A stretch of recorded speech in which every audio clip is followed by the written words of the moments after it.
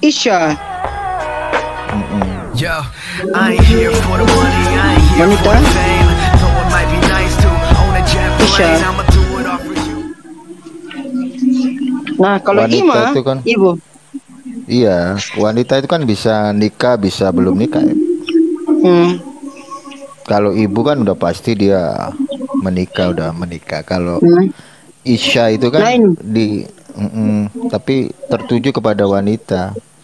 Entah itu gitu dia ya? udah menikah atau enggak. Makanya kalau ada wanita, dia dari pihak keluarganya sendiri, ketemu di khalayak umum, panggilnya harus Isya. Isya ya? Nggak bisa Ima. Nah, Kecuali di rumah gitu loh. Kalau di rumah boleh bisa panggil kayak gitu. nah kalau ibu ya, mama, nih, mama, mami, ibu, Ima, gitu. Iya, Mama, bener itu ibu, Ima, gitu. Ima itu Oh, kan yang bentuk Isya juga bisa ya?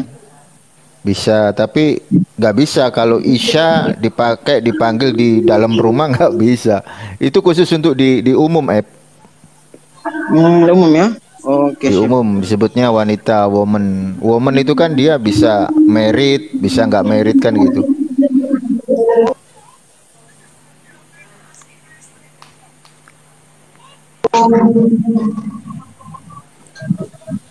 Tiga 13 hari puasa lah. 13 hari lagi puasa ini.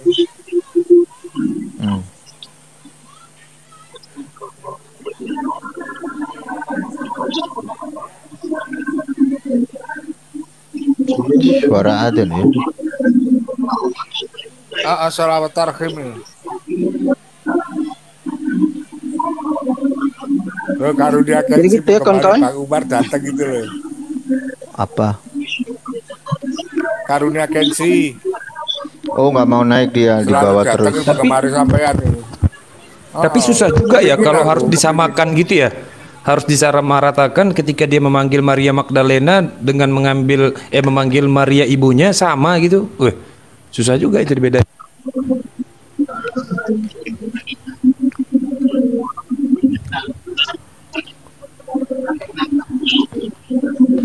Nggak sopan juga nih si Yesus ini ya kalau kayak gitu. Iya.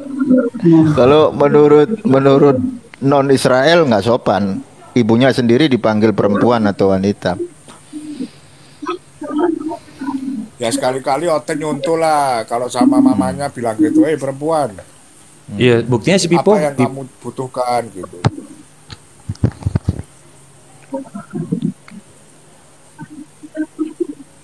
Tapi emang gitu tradisinya orang sana.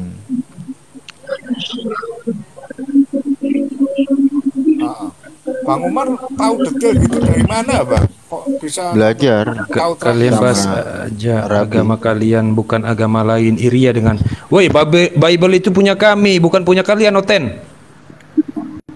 Ya, iri. Saya jawab itu, Bang Neplos. Iya, kita iri dengan perkembangan Kristen di Indonesia yang dulunya 8%, sekarang tinggal 5%. Saya iri kenapa sampai menurun drastis begitu ya.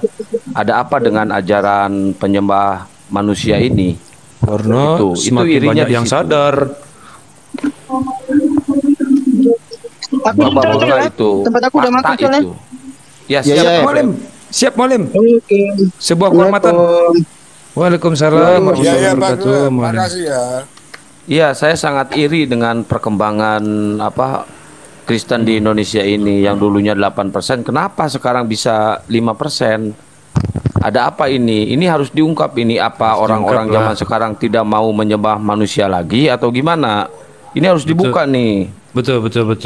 Dan kita berdoalah semoga tahun 2024-25 punah kan Oten-Oten itu kan. Kita sama-sama berdoalah gitu. Ya Oten ya, setuju ya. John Peter nggak bisa debat loh. Ini ada satu lagi Pak Kian Santang nih, udah saya angkat. Nah ini Pak Kian Santang. Kok bisa Pak Kian Santang? Ya, dulu ini. Ya, nama saya kan kalau di Zoom Kian Santang, Bang Neplos. Iya. Ini udah ada Pak Prengki. Silakan Pak Prengki mau bertanya kepada Pak Neplos, silakan, karena Pak Neplos ini adalah mualim kita yang bisa menyesatkan Kristen menjadi Islam. Betul, Silakan. betul. Wow. Tafadhal jazakallah khair. Paneflos.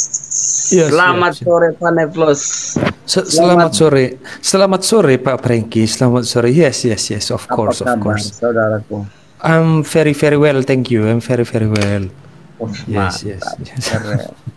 Semoga kebaikan Bapak datang dari segala penjuru. Hal-hal positif selalu ada pada kita semua. Amin. Ada dusta di antara kita. Betul. Jangan ada takiyah di antara kita, betul. Oke, kita tidak mengikuti jejaknya Paulus yang suka berdusta terhadap umatnya. Waduh. Jadi kita di sini akan mengungkapkan sebuah kebenaran. Padahal Bang Umar itu belum makan roti Paulus itu. Kok udah langsung Kau tahu roti Paulus. Lagi nggak endorse Pak Franky. Oh. Nah, pantasan roti Paulusnya nggak dimakan. Jadi gimana Ini langsung. menurut Pak Franky dan tentang perdebatan ini Pak Franky? Perdebatan saya baru masuk perdebatan apa Bang? Akang Oh, Sastria. kalau baru masuk Pak Franky keluarin lagi, nanti masukin lagi. Jangan gitu, udah masukin saya apa sih? Saya baru dari room sebelah Pak Akang Sastra apa tentang apa ini punahnya Kristen di Indonesia ya. Bukan Ya. lah. Iya. Belum.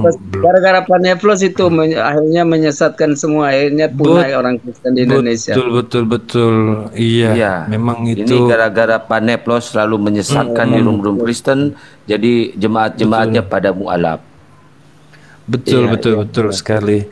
Dan saya memang sangat berbangga hati ya dengan teman-teman Kristen yang akhirnya membuka diri ya. Kan begitu. Ya, tapi saya juga berharap ya, saya tidak mau mendoakan yang buruk-buruk. Saya berharap ya populasi 5% sekarang nanti jadi 1% di tahun 2024 2025 kan gitu. Insya Allah. Itu harapan saya sih. Biar selesai tugas saya menyesatkan orang. Iya, Betul, iya. setuju sekali saya. Luar biasa penyesatannya itu ya. Makanya saya lihat Bang Nepos ini cahaya dari otaknya semakin mencair nih. Cer ya. Iya. Betul. Ya, kita lihat di Belanda ya. Kalau di Belanda itu dulunya itu 100% Kristen. Sekarang 75% ateis. Oh iya. Jadi makin merosot, makin merosot. Kasihan banget ini. Iya, Makin artinya merosot. Gara-gara kesambar petir Pak. Kesambar petir, patung Yesus yang ada di Brazil itu kesambar petir, kepalanya sampai salto-salto itu di tanah tuh. Memangnya pecah ya kepalanya ya? Pecah, bukan pecah, pecah. Enggak. Tapi di video enggak pecah, masih utuh kepalanya. Gini Bang, artinya di dunia barat dengan dunia Indonesia ini, timur ini berbeda dengan dunia barat dan dunia timur ya. Beda Pak, benderanya aja beda Pak. Iya betul. Tapi artinya bahwa gini, saya melihat bahwa ini semakin lebih mantap dunia Arabik. Dunia Mantap Arabik ateis itu, Pak. ya gini, Islam pada mula-mulanya dari Arabik. Nah sekarang saya melihat raja di sana mereka mendirikan yang namanya masjid dan gereja serta sinagoga. Nah ini adalah bagaimana mereka bisa bersatu di dalam dan dirikannya di negara Arab itu toleransi yang sangat hebat saya pikir. Jadi itu kurang asem memang sih itu pangeran-pangeran anak si Salman itu. Iya, memang, tapi ya gitulah kita mohon maklum lah ya, namanya juga PTT pantang tak top kan. Bapaknya udah tua malah dia bersekutu dengan yang berbeda agama, itu kan sebenarnya nggak boleh. Tapi ya sudahlah, kita maklumi saja lah. Itu memang agak nakal itu Pak, anak-anak Raja Salman tuh agak nakal tuh.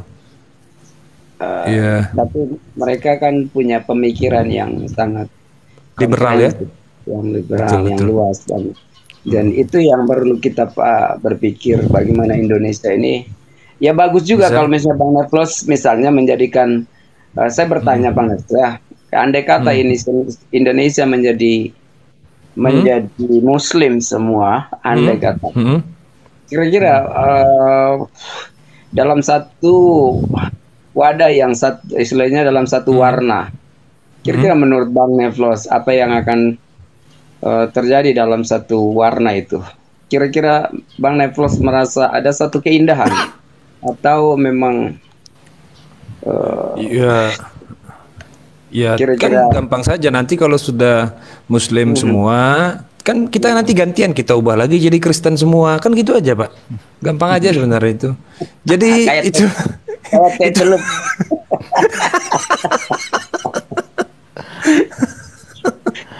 ya kebinekaan bergantian lah, kan gitu. Iya harus bergantian lah. Pak Prengki. Iya. Kata Bang Kian Santang, yang dibunuh itu Tuhan apa manusia? Ya, yang dibunuh. Ini bicara tentang Yesus, salib ya, penyaliban Yesus nih. Iya, emang siapa lagi Pak yang dibunuh? Di kitab Anda kan cuma Yesus. Banyak itu Tuhan apa manusia? Yahudi kan memang menganut tradisi hukum yang paling tragis ya, adalah hukuman gantung, hukuman penyaliban yang paling tragis. Oh, salah Pak. Yahudi tidak mempunyai budaya menyalib. Itu budayanya Romawi, Pak. Ya, Romawi betul. Maksudnya hukum yang paling tragis yang diterapkan di sana pada zaman itu ya itu paling tragis. Ya. Oh, berarti Yesus mati tragis dong? Janganlah, Pak. Ya kan ya istilahnya kita tahu jelas logika kita kan harus bermain ya kan, penyaliban itu ada satu hal yang sangat tragis ya itu.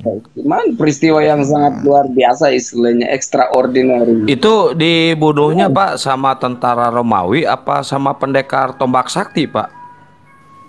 Ya pastilah tentara Romawi lah yang melakukan pekerjaan-pekerjaan yang itu. Tentara kok bawa tombak Pak? Biasanya tentara bawa pedang, bawa pisau dapur atau bawa apa namanya celurit. Kok ini bawa tombak? Cuman gini loh Pak Prengki, yang saya bingung itu gini. Pertama kan Yesus sudah bernubuat bahwa aku akan bangkit di hari ketiga, ya kan? Pertanyaannya itu kok nggak ada yang nungguin gitu loh di makamnya itu loh, di tempat Yesus dibaringkan itu loh, pembaringan Yesus itu. Kok nggak ada yang nunggu gitu loh? Kok kayak nggak peduli semuanya gitu? Kenapa itu Pak Prengki kira-kira? Kan udah dinubuatin. Minimal kan ayo sama-sama yuk kita buktikan yuk, bener nggak nih omongan si Yesus? Bener nggak nih? Roma juga gitu. Bener nggak nih omongan dia nih gitu? Ditungguin gitu sampai hari ketiga. Gimana itu? Ya namanya istilahnya pada saat situasi begitu orang pasti berpikirnya berbeda. Berbedanya? Misalnya berbeda gini dalam situasi yang ya luar biasa istilahnya pada saat penyaliban istilahnya ya.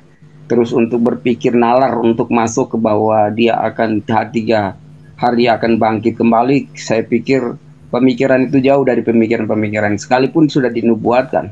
Tapi nubuat itu yang dikatakan oleh Yesus sendiri bahwa aku akan membangunkan bait Allah ini dalam 3 hari, itu sebetulnya kalau para ahli-ahli Taurat pada waktu itu mereka bisa mengerti, berarti mereka tahu tentang apa yang dikatakan Yesus itu, karena dalam kata perumpamaan itu membangun bait Allah dalam 3 hari saja itu kan satu hal yang sangat impossible kayak gitu ya Pak Neflos, satu hal yang tapi merujuk kepada satu peristiwa yang terjadi itu, penyaliban itu, bahwa 3 hari kembali dia akan bangkit. Nah itu sebetulnya harus dipahami kayak gitu. Tapi di sini ada ini Pak, ada perdebatan yang sangat fundamental di sini Pak, antara penyaliban itu benar, nyata, atau hanya rekayasa Mr. P Pak. Di sini ada perdebatan yang sangat sengit Pak di sini Pak. Kalau misalkan itu rekayasa, berarti kurang ajar banget itu si Mr. P gitu, merekayasa sebuah kejadian yang sangat apa istimewa, yang sangat spesial gitu Pak. Gimana menurut Bapak tuh?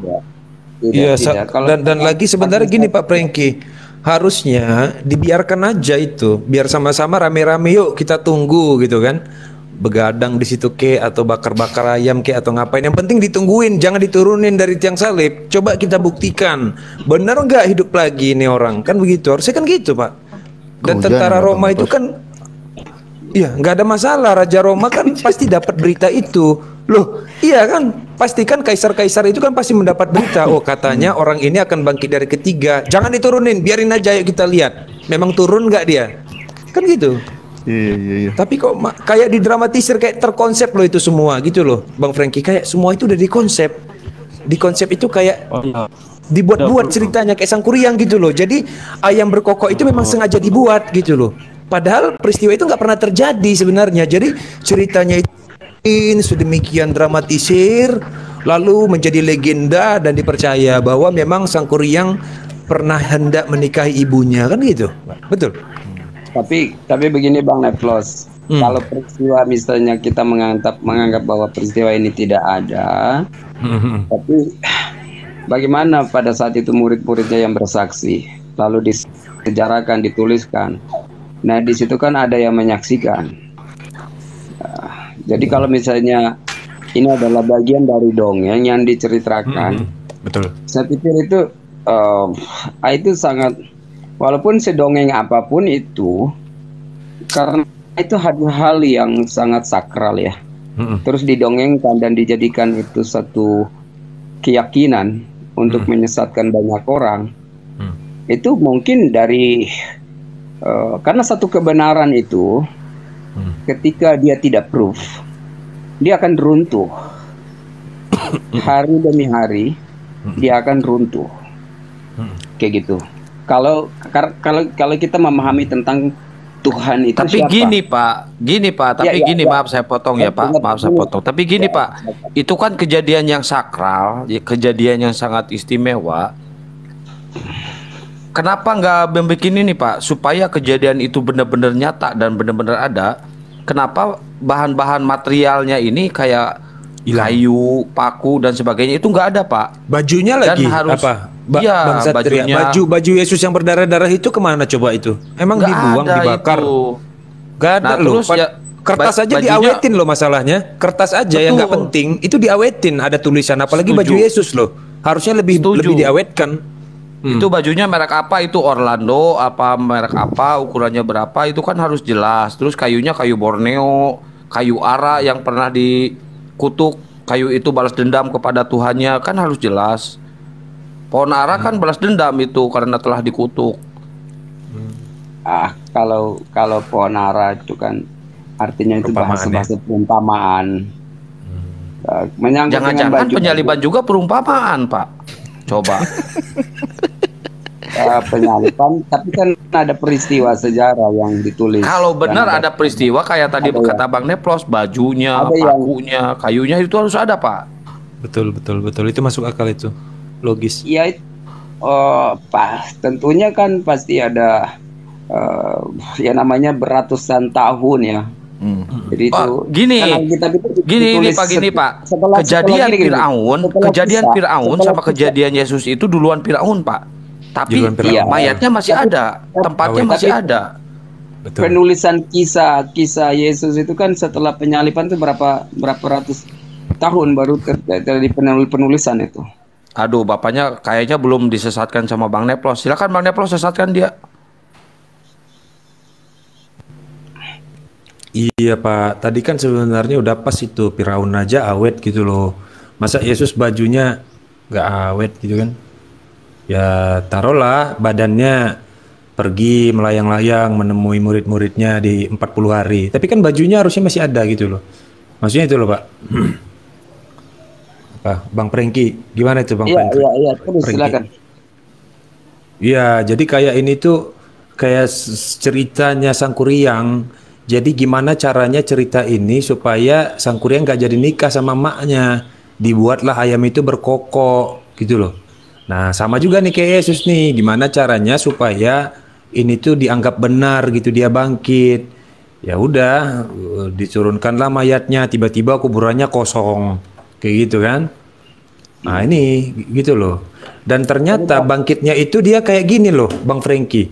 Dia pakai jurus menghilang, percaya nggak? Iya, memang betul loh itu. Jadi tiba-tiba datang Yesus dari belakang, menemui Filipus kan. Terus Filipus diminta untuk menusukkan jarinya ke lambung Yesus.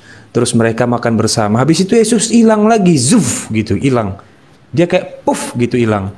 Terus nanti datang lagi dia, tiba-tiba. Terus puff hilang lagi. Kayak gitu, kayak hantunya berarti yang melayang-layang itu. Bukan tubuh. Setuju ini. Iya. Masuk Serius. akal ini, betul.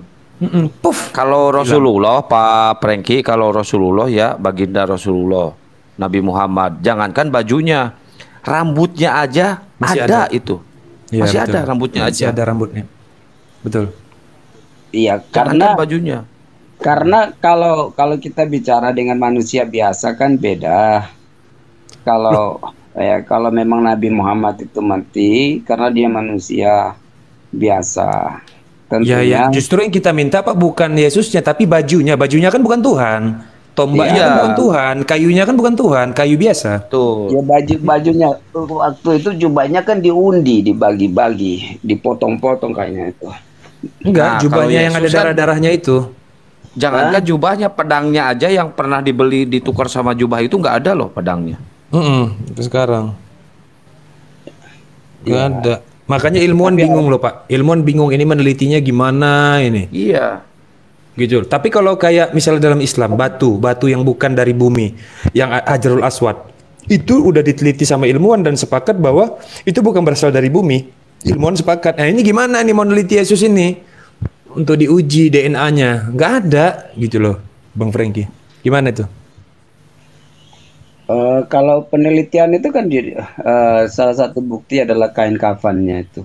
Ah nggak ada Bang Franky masalahnya sampai sekarang. Ada. Hah? Kain Ada kafan makan.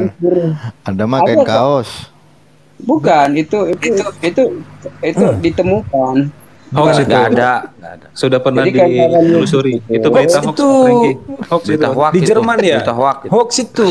Sudah berita hoax Tapi itu. gini Pak Franky logikanya gini ya. Saya bukan mau menyesatkan Pak Franky tapi mau memutar balik Pak Franky biar sesat terus.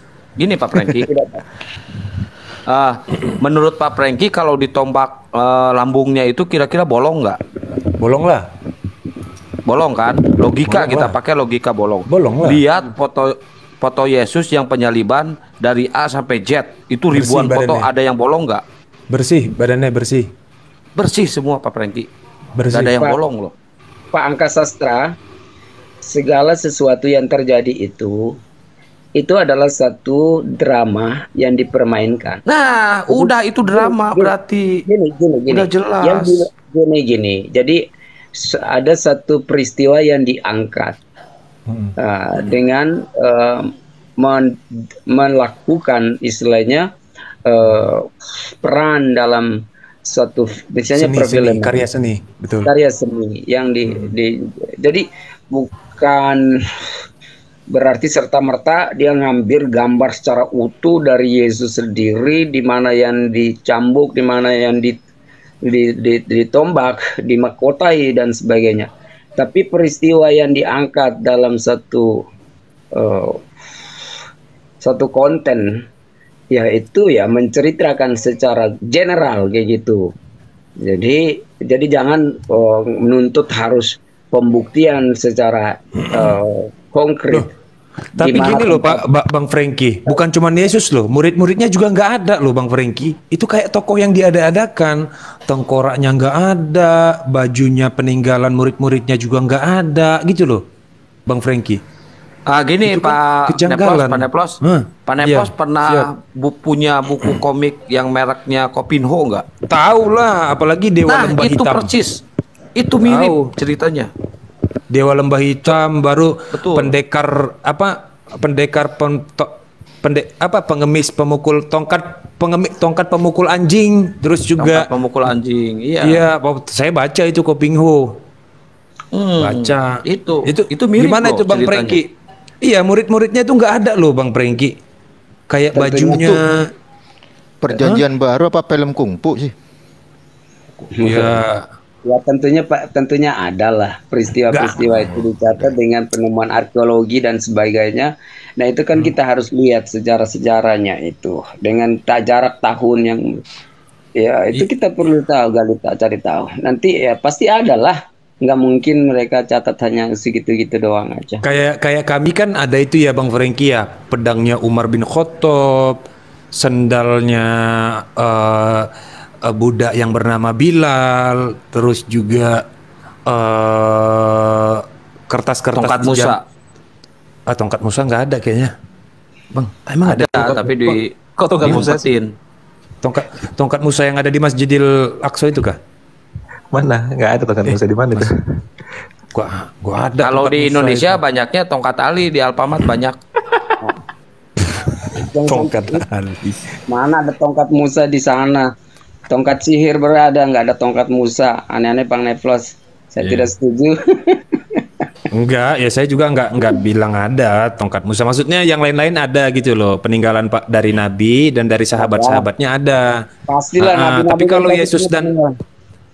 kalau Yesus dan sahabat-sahabatnya ini enggak ada. Termasuk Paulus saja lah, Paulus, bajunya Paulus, sendalnya Paulus enggak ada. Bang Franky sampai sekarang. Enggak ada loh, gimana itu ya? Ada mungkin ada, tapi belum, kan istilahnya belum ditunjukkan mungkin. Belum ditunjukkan. Iya. Nanti gini, pembahasan yang jadi tentang bukti arkeologi itu pasti ada lah kayak gitu. Masa tidak sejarah besar kok tidak ada ini pembuktian. Udah tak cari Bang Franky, referensinya enggak Para ada. saintis ilmuwan itu arkeologi pasti mereka punya tentang bahasa Bang ini. Franky, tahu nggak yang namanya arkeologi? Ketika ada satu temuan yang bahkan masih diduga, itu langsung mereka expose. Itu sifat arkeolog, pasti dia mengabarkan itu, nggak disembunyi-sembunyiin. Apalagi hal yang penting, oh pasti. Salah satunya kan penemuan arkeologi, penemuan kain kafannya Yesus itu kan Udah diklaim palsu toh, Bang Franky, udah diklaim langsung. Itu langsung ditolak oleh satuan sekte Kristen sedunia itu, dianggap palsu itu kain kafannya. Malam semuanya. Malam kan Siap. jam berapa? Bingung. Ya mudah-mudahan ada yang bisa menemukan. Kalau misalnya belum ada ya. Kalau Coba tak cari ya lagi ya referensinya. mudah-mudahan ada yang menemukan Pak Nefros. Yang ada itu bajunya Adam sama sepedanya Adam. Udah lihat belum? Sepedanya ada. Sepedanya Adam. Iya, sepedanya Adam ada sama bajunya Adam, belum tahu ya? Ya itu manusia awal punya sepeda ini. Ya, zaman apa tuh? Oh, kalau belum tahu harus jalan-jalan dulu. Tahu Adam punya sepeda. Adam itu setinggi apa itu sepedanya ya? Oh, nanti cari-cari lah. Pasti tahu nanti sepedanya Adam. Habis aja nih orang nih. Dibilangin gak percaya. Tapi itu jadinya satu, saya mengoleksi satu ilmu baru bahwa Tapi sepeda kira-kira Adam kalau Adam punya sepeda itu kamu percaya nggak? Kita percaya nggak? Sepedanya Adam. Ya. Zaman dulu itu sudah dibuat pohon karet itu sudah ada nggak ya? Maksudnya sudah ada tapi Pintar. Udah kalau sudah gitu ya sudah dilanjut. ada aja. Ya, tapi ada loh disimpan itu sampai sekarang masih Ya ada. menurutmu Orang lagi. Sama bajunya tinggi besar.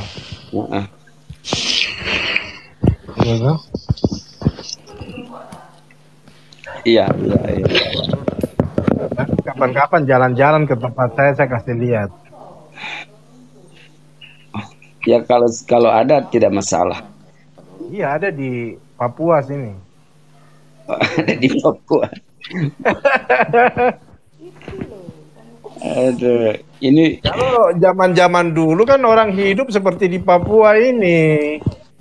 Hidup dalam kelana dari satu gunung, dia pindah bikin rumah, dia pindah lagi ke gunung lain, dia makan berburu. Iya kan dia pakai kulit-kulit apa? kulit-kulit kayu. Di zaman modern begini sih, di pedalaman Papua masih begitu. Jadi kalau dulu ban sepedanya itu pakai apa ya? Sepedanya ada tapi dalam mimpi. Bisa aja. Ya, iya, makanya kamu harus percaya kalau sepedanya Adam itu ada. Bajunya lagi warna putih lagi. Besar. Tapi kan kalau kejadian-kejadian atau peristiwa-peristiwa yang kayak gitu kan, spesial kayak gitu kan, emang harus ada buktinya, Bos. Oh, kejadian cari. Ya, Baru kita. ya buktinya Adam itu ada. Buktinya kayak bisa dicerita, ada bukti pembuktian. Enggak, maksudnya jangan sampai mengarang-arang kayak gitu kan. Kalau kita bicaranya ke sepeda kayak gitu kan udah di luar nalar manusia. Tapi kan Udah nggak masuk akal gitu kan. Kita bicara yang akal aja, yang berakal aja, pakai logika, Pak. Iya. Berarti menurut sekarang buktinya kan ada kan sepedanya. menurut Akang berarti para witness atau yang bersaksi tentang peristiwa Kalau itu, emang peristiwa itu ada, kayak apa tadi kata si Pak Bingung Agama, sepeda Adam ada, ini pasti mendunia, semua dunia tahu berarti ada sepeda di zaman itu. Jadi bukan karang-karangan hanya asumsi-asumsi doang, Pak. Nggak boleh kayak gitu. Iya, bajunya juga ada kok. Ya kalau ada buktikan. Kalau ada tinggal buktikan. Simpel kan? Ya. Loh, kok ketawa? Ya nanti cari tahu pasti dapat itu. Dia posisi baju. Nanti katanya ada tadi, gimana sih? Sekarang cari tahu. Bajunya sama baju Adam sama sepeda Adam itu ada. Mana? Buktikan. Kalau ada emang buktikan ada. Zaman teknologi kan gampang, tinggal klik kan bisa dapat. Loh, jangan bilang itu bikinan manusia juga. Bikin-bikinan rekayasa. Enggak, kita kan sekarang dibantu dengan adanya internet supaya orang itu tambah pintar, bukan tambah bodoh. Aduh. Jangan merekayasa satu kejadian, Cuman Pak. Cuman saya bingung loh. Ini apa Bang Prengki? Iya, siapa? Bang Prengki. Jadi kan ternyata begini Bang Prengki. Kan banyak kesaksian bahwa ada yang bertemu dengan Yesus lalu betul ya, ketemu dengan Yesus terus dia memeluk Kristen atau dia bermimpi Yesus atau melihat penampakan Yesus entah di mana itu. Pertanyaannya Bang Prengki, kenapa Yesus nggak memperlihatkannya ke semua orang aja gitu loh? Kenapa itu ya?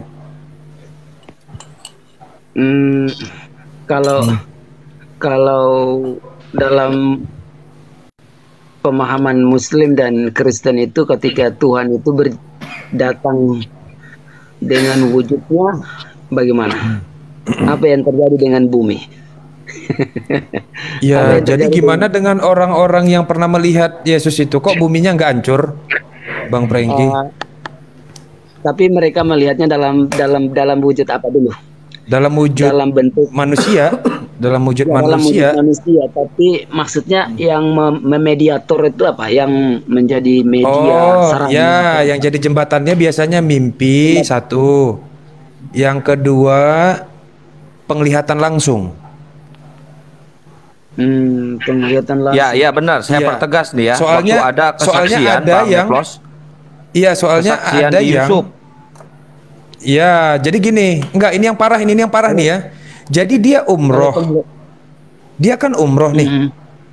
Terus dia ketemu sama Yesus loh di Mekah, Bang Prengki, serius. Terus dia jadi murtad. Serius. Betul, ada kesaksian kayak gitu ada. Terus ada yang paling membagongkan kesaksiannya gini Bang Neplos di Yusuf Manubulu tuh. Dia waktu ke WC buang hajat, di tembok itu ada Yesus nempel. Ada kesaksian gitu, bisa dilihat di channelnya Yusuf Manubulu. Gila nggak tuh? Dia lagi buang hajat sampai melihat itu di WC. Betul. Mungkin begini, saking excitingnya sehingga dia bisa. Sepakat saya, berarti itu illusion ya. Ilusi. illusion gini. ya. Ya, kalau berjumpa dengan Tuhan itu berjumpa dengan ya itu adalah satu ziarah atau satu perjalanan ya yang spirit secara spiritual. Tetapi di dalam istilahnya manusia ini kan punya illusion dalam betul. dalam ya Fata Morgana. Kita tidak bisa dan itu perlu ada pengujian dan sebagainya. Diri kita sendiri ya. Mantap Jadi, itu. Mantap. Saya pikir serta merta itu kita menjadikan satu patokan bahwa itu benar, tapi kita lihat juga dari bagaimana dengan cara hidup dia dalam kehidupannya dia sehari-hari, apa yang terjadi. Nggak bisa Bang Prengki. Kenapa? Karena kehidupan Paulus itu tiap hari mukulin pengikut-pengikut Yesus.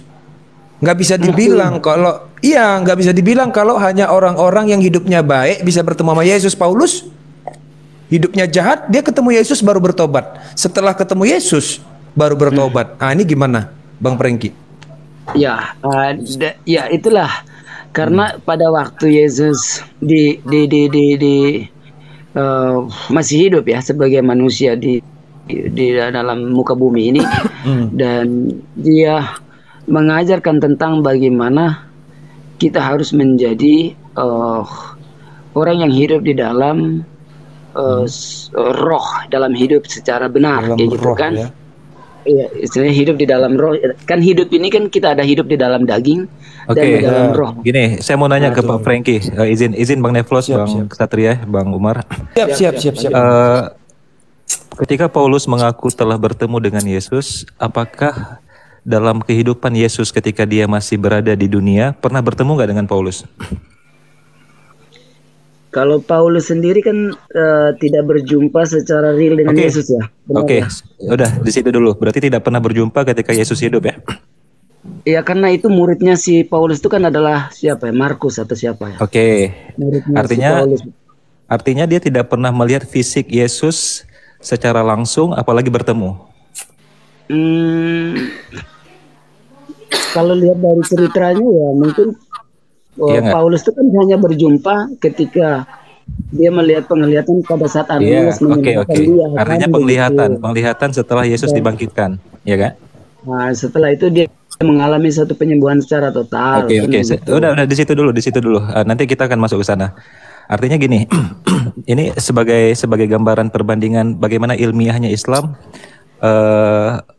membatasi para pengaku yang telah bermimpi dengan Rasulullah. Oke. Jadi saya tambahkan, boleh saya tambahkan? Sebentar dulu bro, sebentar. Jadi dalam Islam sendiri tidak semua klaim orang yang pernah bermimpi bertemu Nabi itu bisa diakui secara ilmiah. Karena ada persyaratannya. Persyaratan pertamanya, orang tersebut dianggap benar pengakuannya ketika dia telah mempelajari ciri-ciri Nabi Muhammad itu secara keilmuan. Betul. Dia misalnya dia mempelajari kitab Syama'il Muhammadiyah, kitab yang menjelaskan ujung rambut Rasulullah sampai ujung kaki Rasulullah secara rinci. Artinya ada gambaran utuh bagaimana fisik seorang Rasulullah itu. Karena orang yang tidak pernah mengetahui fisik seseorang itu secara utuh, bisa saja dan kemungkinan besar itu setan yang menyerupai sosok yang kita anggap adalah seseorang, padahal bukan seseorang itu. Ngerti nggak maksud saya? Masuk akal Ustadz. Iya. Memang dalam Islam seperti itu. Tidak semua klaim orang yang mengaku bertemu Nabi bisa diakui kecuali dia memang orang berilmu yang mempelajari bagaimana ciri fisik Rasulullah secara detail. Ini apalagi ada pengakuan seseorang yang telah telah diangkat dan tidak pernah bertemu secara langsung, tidak pernah menatapnya, tidak pernah melihatnya secara fisik, tiba-tiba datang dan dia pun tidak tahu bagaimana fisik seorang Yesus itu sebelumnya, bagaimana rambutnya, bagaimana hidungnya, bagaimana perawakannya. Kenapa dia yakin itu Yesus? Atau jangan-jangan itu penyerupaan saja? Gimana itu? Betul. Karena izin ya, Mualim Umar, itu ada yang mau naikin aja itu Mualim Muhammad Zia. Ya, Mualim ya. Pamit ya, Tuan Guru sekalian. Oh iya, Ahi ya. Waalaikumsalam warahmatullahi. Ahi Muhammad Zia, naik Ahi. Ah, saya coba sedikit menambah ya. Yang tadi Pak Frankie Brickton. Ya itu saya jelaskan dulu. Kita lihat itu sekarang kan dulu pada masa pertama setelah manusia jatuh ke dalam dosa, Tuhan berbicara langsung pada manusia melalui tiang api, tiang awan, kepada para nabi, yaitu para nabi menerima wahyu Tuhan melalui bermacam-macam cara. Lewat mimpi. Assalamualaikum warahmatullahi Waalaikumsalam warahmatullahi wabarakatuh. Nah, lewat mimpi, lewat penglihatan dan pendengaran dan lain-lain. Terus masa yang kedua, Tuhan sendiri datang ke dunia supaya bisa berkomunikasi langsung sama manusia, yaitu dengan mengambil rupa manusia.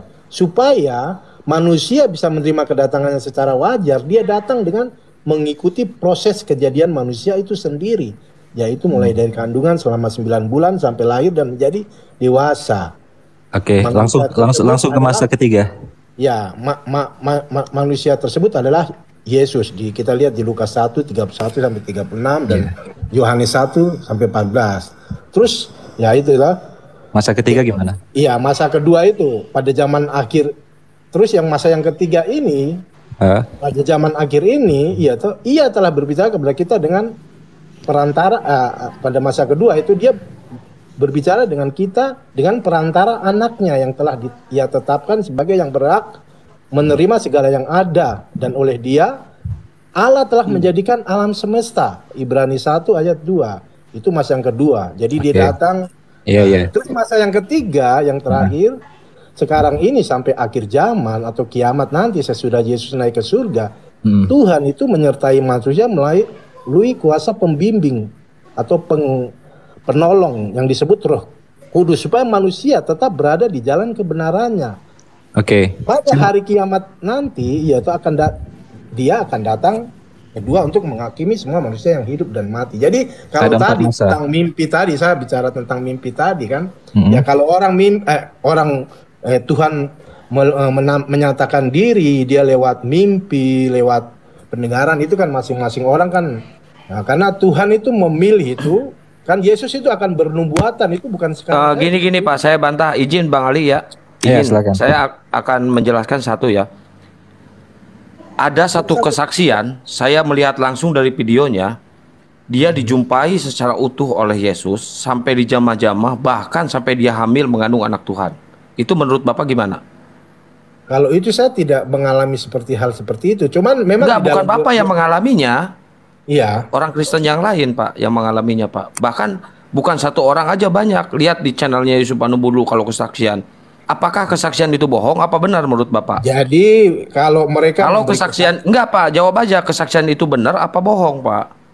Nah, kalau mereka menyatakan begitu, ada yang benar, ada yang mungkin hanya Oke, anggap benar. Berarti kalau seperti itu Yesus datang tidak 2 kali Pak, melainkan ribuan kali atau jutaan kali, karena banyak kesaksian yang seperti itu.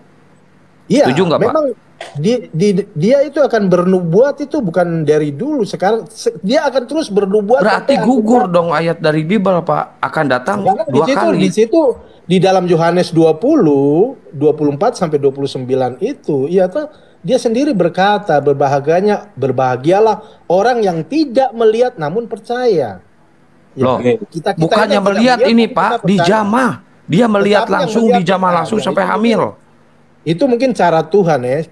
Saya tidak bisa menghakimi. Kok nggak berani Bapak menyatakan kalau itu salah? Nah, Kak, memang itu salah loh Pak. Kok kita dibenarkan salah kalau perjumpaan. Oh ya kalau misalkan itu keyakinan dari kekristenan seperti itu, ini banyak penonton dan di YouTube juga di live kan, ya terserah Bapak itu. Bukan masalah keyakinan. Sekarang yang terpenting bagi kita, sekalipun dia sudah dijumpai Tuhan, dijamah, yang sudah dikatakan Pak, dijamah sampai hamil. Dia mengaku didatangi Tuhan dan dijamah sampai hamil, gimana itu? Dia punya suami. Punya suami ya. Berarti juga mungkin karena dia mungkin dulunya mandul bisa hamil ya, itu kan. Loh, dia punya anak kok mandul gimana? Oh, dia punya anak ya. Itu kalau proses itu ya saya tidak terlalu kurang begitu itu ya. Ya karena Bapak tinggal ditegasin aja sama Bapak. Kalau misalkan Bapak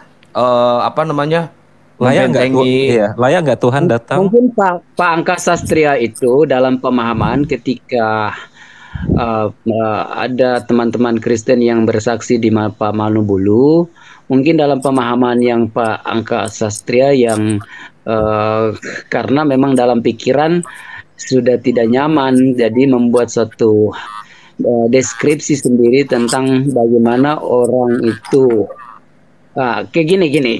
Saya pikir namanya perjumpaan dengan Tuhan itu tentunya berbeda. Setiap orang itu akan dipilih untuk berjumpa dengan, dan tidak semua orang bisa berjumpa dengan Tuhan itu sendiri ya. Enggak Pak, gini Pak, pertanyaan saya gini Pak, kalau misalkan itu benar, kejadian itu benar, dia datang terus ke bumi, berarti tidak 2 kali datangnya, melainkan ribuan kali atau jutaan kali.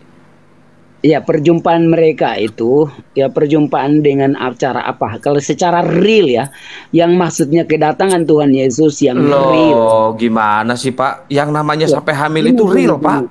Gini, perjumpaan Tuhan dengan manusia dalam bentuk mimpi, penglihatan, dan sebagainya. Kenapa tidak semua orang bisa melihat gitu loh? Nah, dia datang kepada orang-orang yang memang membutuhkan dalam hal itu kelemahan. Dia mungkin sakit yang begitu parah, dia mungkin nafasnya mau mati. Kok jadi ke sakit sih Pak? Lari ke sakit? Orang hamil kok lari ke sakit? Orang hamil itu adalah salah satu cara Pak Angkan Sastria bahwa bagaimana Tuhan itu berjumpa dengan pribadi manusia dengan caranya itu dia terserah sendiri. Bapak, itu keyakinan Bapak mau mempermalukan agama Bapak sendiri di sini, bodoh amat kalau saya. Bukan mempermalukan, perjumpaan. Ya kalau Bapak mendukung yang salah, berarti Bapak mempermalukan diri sendiri dong, gimana sih? Tadi gini Pak Franky, sebentar Pak Franky. Tadi saya sudah memberikan clue-nya, sudah memberikan sebuah pengantar agar bisa kita filter mana perjumpaan benar dengan Tuhan, dengan orang-orang suci, mana perjumpaan yang ternyata penyerupaan setan. Jadi analogi tadi, bahkan kesaksian tadi yang diberikan oleh seorang wanita mengaku didatangi oleh Tuhan Yesus dalam mimpinya, kemudian mereka bersetubuh dan dia sampai hamil dalam kehidupan nyatanya. Itu kira-kira Yesus bersetubuh. Yesus bersetubuh dengan orang itu. Tadi kan begitu kesaksiannya. Dia sampai hamil dari. Jangan begitu dong. Jangan begitu dong. Berarti tidak benar. Yesus kan menunjukkan di bumi. Nah, ini yang saya pengen jawabannya. Berarti orang itu nggak benar, orang itu berbohong. Udah selesai kan? Jadi kesaksian itu, saudaraku. Jadi kesaksian itu. Di jamaah itu beda dengan. Gini Bang. Makanya dari tadi saya menyampaikan bahwa di jamaah itu dalam hal apa? Jamaah bukan berarti Yesus harus bersetubuh dengan wanita itu sehingga dia hamil. Kalau sampai hamil itu namanya apa Pak? Gimana di jamaah? Jamaah itu dalam konteks. Enggak, saya nanya. Kalau misalkan sampai hamil itu namanya apa Pak? Sampai hamil itu karena akibat dari perhubungan antara suami. Dia kan berhubungan. Gini dong, dengar dulu dong, jangan hal langsung. Dia kan punya suami. Dia pengakuannya bukan sama suaminya, dan suaminya mengakui itu bukan perbuatan dia, itu perbuatan Tuhan. Entar dulu. Kalau mau nyalahin, jangan salahin saya Pak, salahin orang itu yang mau bikin kesaksian seperti itu. Tidak. Cuma kan ini. Enggak, Bro Franky nonton dulu kesaksian itu dengan lengkap, baru nanti komentari. Iya, cuma kan ini kan saya hanya mengikuti apa perkataan Bang Angka Sastria. Kalau secara logika kan istilahnya dia kan punya suami. Tentunya ada masa-masa mereka seksual, hubungan seks itu kan pasti ada. Tidak mungkin Pak, kata saya juga mending Bapak tonton dulu video itu. Bapak tonton dulu baru Bapak komen ya. Suaminya sendiri mengakui bahwa itu adalah anaknya Tuhan, bukan perbuatan dia, Pak. Paham nggak, Pak? Anaknya Tuhan, maksudnya kan gini loh, Tuhan itu tidak tonton videonya, Tuhan kan kita tidak mungkin kan Tuhan itu tidak mungkin bersetuju. Mana kesaksian yang benar. Nah, ini yang benar. Pak Bingung Agama benar ini jawabannya. Kalau misalkan dia berbohong, harusnya ada satu ini dari gereja. Jangan seperti itu. Jangan mempermalukan agama sendiri. Gitu loh maksud saya. Jadi Tapi kesan gini dulu, saya ingin mengatakan kepada Angka Sastria, bukan saya membela dalam hal perkataan apa yang dikatakan narasi yang dibangun, bagaimana jamahan, gitu loh. Jamahan itu beda dengan Gini berhubungan Pak, bukan gitu loh. betul Pak. Oke, Begini Pak, maksud bukan saya bahwa- dijamah bukan artinya saya negatif di sini Pak. Yang namanya dijamah sampai hamil, anak kecil aja tahu Pak, itu dijamahnya seperti apa. Anak kecil aja tahu loh Pak. Bukannya saya mau menggiring ya, bukannya saya mau menyalahkan satu Pak, agama, Pak, tapi saya coba menyalahkan narasi orang itu Pak. Pernyataannya dia bagaimana? Coba Ya makanya Bapak tonton nonton dulu. Tonton aja Pak, Frankie daripada nonton keluar dulu, dari mulut Pak. saya gak enak. Sekarang saya mau kembali gini sebentar. Saya mau kembalikan ke mosi saya yang pertama tadi bahwa ketika ada pengakuan ataupun kesaksian dalam berbagai macam bentuk, apakah langsung, apakah dalam mimpi ataukah hanya bisikan dan seterusnya, itu kan harus ada pertanggungjawaban ilmiah secara keilmuan. Sedangkan dari sisi Kristen, bagaimana mempertanggungjawabkan benarkah sosok yang bertemu itu adalah sosoknya Yesus? Pembuktiannya bagaimana? Di manakah ada narasi ilmiah atau dalil ilmiah, apakah itu sumber primer dari kekristenan yang memberitakan atau menarasikan ciri Yesus secara lengkap? Rambutnya, jidatnya, hidungnya, matanya, sampai ujung kakinya. Sehingga seseorang yang mempelajari ciri tersebut dengan narasi ilmiah yang lengkap bisa bisa mengakumulasikan sebuah gambaran utuh bagaimana sosok Yesus yang sebenarnya. Itu satu.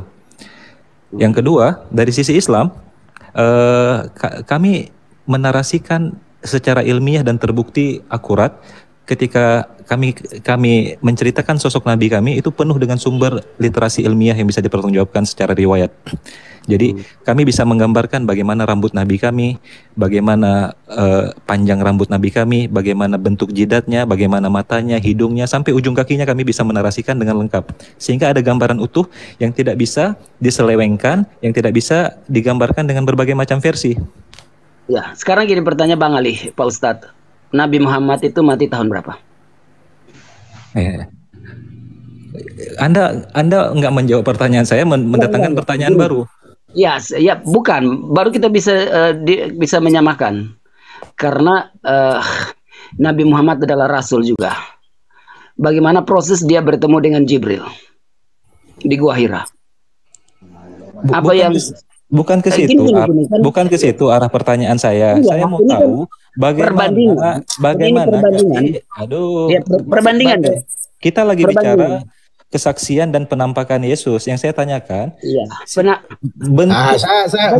bicara. Jadi bentuk begini, Yesus yang bisa dipertanggungjawabkan secara ilmiah yang mana? Itu yang saya tanya.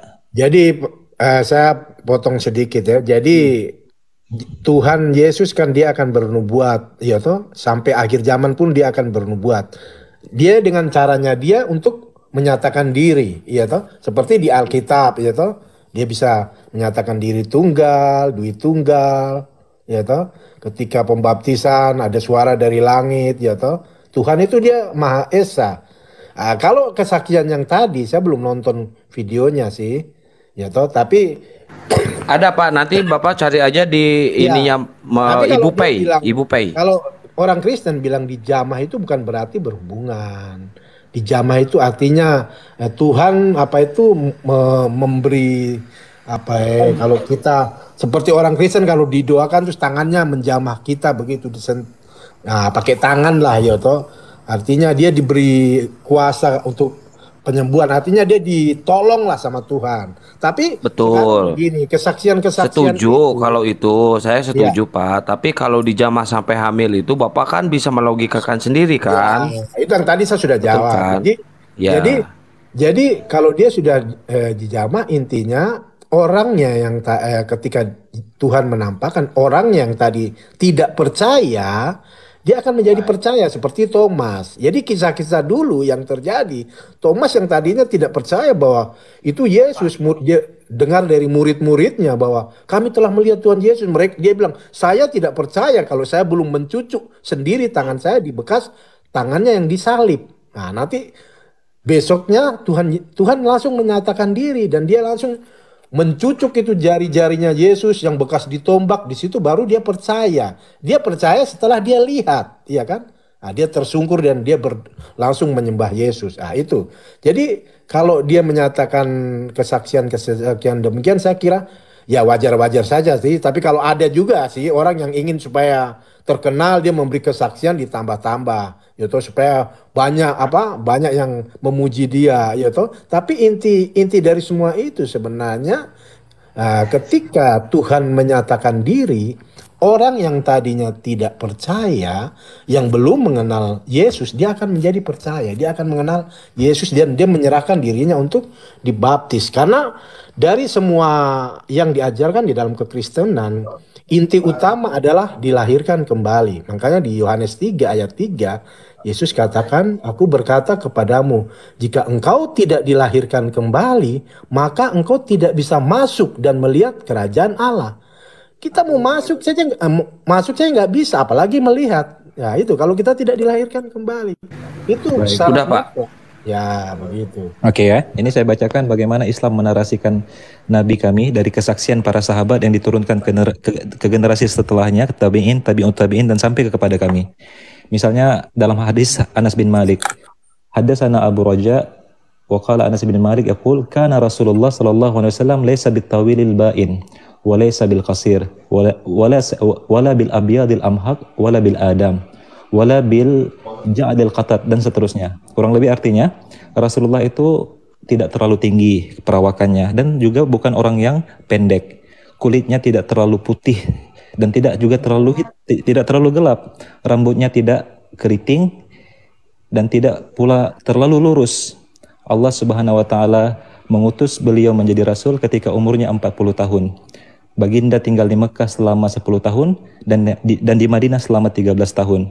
Maka Allah Subhanahu wa taala mewafatkan beliau pada umur 63 tahun sampai selesai hadis. Artinya ada narasi-narasi dari para sahabat menggambarkan dengan lengkap dan jelas bagaimana fisik seorang Rasulullah. Di hadis yang lain misalnya, qala kana Rasulullah sallallahu alaihi wasallam rab'atan laisa bitawil wala bil qasir hasanal jism wa kana sya'ruhu laisa bija'din wala sabt asmaral launi idza masya yatakaffa. Rasulullah itu sallallahu alaihi wasallam berperawakan tidak terlalu tinggi, tidak terlalu rendah. Udah Bang Ali. Ini Bang Ali. Saya sudah paham dengan apa yang Saya sudah paham dengan apa yang gini, nggak usah panjang. Oke lah, apapun yang dideskripsikan tentang Nabi Muhammad dan sebagainya, itu tidak ada menjadi persoalan. Karena semua itu ada peradaban, di mana ada cerah, ya tentunya. Coba berikan saya deskripsi Yesus gimana? Saya punya pertanyaan. Berikan saya deskripsi Yesus gimana? Oke, Pak Ustadz pasti kalau di Al-Quran pun pasti mencatatkan tentang siapa itu Isa. Iya, bagaimana orangnya? Orangnya gimana? Kenapa bisa tertulis di dalam Al-Quran? Orangnya gimana? Saya mau tahu. Enggak. Kita kembali lagi ke kok bisa ada di Al-Quran tertulis tentang Isa? Karena Isa adalah Nabiullah, Rasulullah, utusan Allah yang kalian perjuangkan. Itu deskripsi tentang. Istilahnya kok bisa ada tertulis kalau misalnya di Yesus tidak jelas, Isa itu tidak jelas. Kenapa harus ada kedua? Jelas. Isa itu jelas, tetapi ketika ada yang mengaku bertemu dia setelah dia mati, itu yang kami pertanyakan, gimana orangnya? Bertemu dengan dia, kan tadi kita bilang wadah apa yang dipakai dalam pertemuan itu. Kalau secara real, konkret itu nggak bisa bertemu langsung. Bertemu langsung dengan kenyataan kita. Ketika Paulus bertemu Yesus dalam bentuk apa? Kan itu penglihatan. Iya. Ciri-cirinya gimana? Nah, ciri-ciri pasti dia istilahnya ciri-ciri dalam mungkin dia tidak mendeskripsikan itu. Kenapa dia tahu itu Yesus? Karena Paulus itu adalah salah satu murid dari Yohanes, Polikarpus, dan turun dari siapa lagi itu kan muridnya. Ada kedekatan mereka. Jadi cerita itu secara utuh. Gini bro, sebentar. Gini loh, misalnya seorang ustadz punya murid, dia punya murid lagi. Tentunya dia akan menceritakan bahwa bentuk wajah dari Yesus itu seperti ini, kayak gitu. Rambutnya gondrong. Makanya para seniman itu bisa mengangkat dalam gambar-gambar mereka tentang bagaimana gambarnya Yesus itu sendiri. Oke, jadi Paulus itu muridnya siapa tadi? Dia kan jadi begini, saya potong dulu ya Pak Franky. Yesus itu bisa ada digambarkan kan, yang itu bukti bahwa kalau Yeshua Hamansiak itu bukan goib. Buktinya nama Yesus pernah hadir dalam literatur sejarah dunia. Nah, kalau Isa Al-Masih itu dongeng Arab, karena buktinya nama Isa hanya muncul di buku Arab, tidak pernah muncul di literatur dunia. Aduh, Anda nggak mengerti bahasa Aramid berarti. Iya, jadi Anda nggak mengerti bahasa Aramid. Jadi begini, Yesus itu bahasa apa, saudara? Yesus itu jadi bahasa saudaraku, apa? Jadi Yesus dengan Isa itu Yesus itu bahasa apa, saudaraku? Yesus itu bahasa apa? Nama Yesus itu dari bahasa apa? Yesus itu kan beda dengan Isa. Yesus itu bahasa apa, saudaraku? Jadi menurut Ustadz apa? Yesus sama dengan Isa. Jangan berdusta Anda. Anda nggak mengerti bahasa Aramid, kemudian ingin mendeskripsikan Yesus berbeda dengan Isa. Isa dengan Yesus sama. Jika Isa alaihissalam yang dimaksudkan bagi kalian adalah putranya Maryam, sama? Sama menurut itu. Sama. Kelahirannya kenapa beda? Tapi kami memuliakan Yesus sebagai utusan Allah yang mulia. Allah menarasikan, mengkabarkan kepada kami bahwa Yesus tidak mati terhina dengan keadaan diarak oleh masa, diludahi. Sekarang dari penulis Quran itu dia diangkat ke langit sebagai ya, oke. Sekarang saya jawab ya. Dari penulis Quran itu kalian belum menjawab pertanyaan saya, jangan mengalihkan pertanyaan yang baru. Jawab dulu pertanyaan saya tadi tentang Paulus bertemu Yesus. Maksudnya Paulus bertemu Yesus. Iya. Nah, itu kan di Damsik sudah dikisahkan di Damsik itu. Ya toh Yesus, karena Paulus selama ini menganiaya, dia dulu namanya Saulus. Nah, dia seorang Yahudi yang taat, ahli Taurat. Dia menganiaya murid-muridnya Yesus. Terus tadi dikatakan oleh teman Anda, dia berguru kepada muridnya Yesus. Ini Anda mengatakan dia menganiaya murid-muridnya Yesus. Jadi saya cerita ya, jadi kisah Paulus dia bertobat, dia ketika itu dia menganiaya murid-murid Yesus, makanya ketika dia berjalan dengan beberapa pasukan dari atas langit itu berteriak, berbicara, Saulus, Saulus, mengapa engkau menganiaya aku? Yesus bilang begitu. Sekarang saya mau